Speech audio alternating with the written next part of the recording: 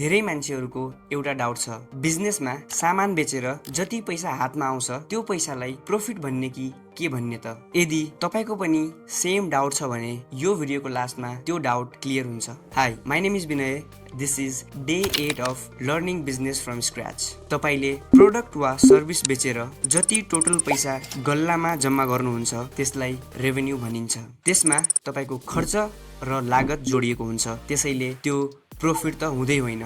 मानौ तपाईले 500 रुपैयाँको दरले 10 वटा टी सर्ट किन्नुभयो र तपाईले 1000 रुपैयाँको दरले ती 10 वटा टी सर्टहरू बेच्नुभयो। तपाईको हातमा अब 10,000 रुपैयाँ आयो। त्यो 10,000 तपाईको प्रॉफिट होइन, त्यो त रेभेन्यू हो, किनकि त्यो 10,000 मा तपाईको 5,000 को लगानी पनि जोडिएको छ। सिम्पल भाषामा भन्ने हो भने तपाईले कमाउनु भएको टोटल पैसा वा सामान बेचेर तपाईको हातमा आएको टोटल रकम नै रेभेन्यू हो। यहाँ एउटा कुरा के याद राख्नुपर्छ भने त्यो टोटल पैसामा तपाईको लगानी र खर्च इन्क्लुडेड हुन्छ। प्रॉफिट भनेको के हो अर्को भिडियोमा एक्सप्लेन गर्नेछु। त्यो जानेपछि तपाई प्रॉफिट र रेभेन्यू बीचको डिफरेन्स मजाले थाहा पाउन सक्नुहुन्छ। त्यसैले फलो गर्न नबिर्सिनु होला।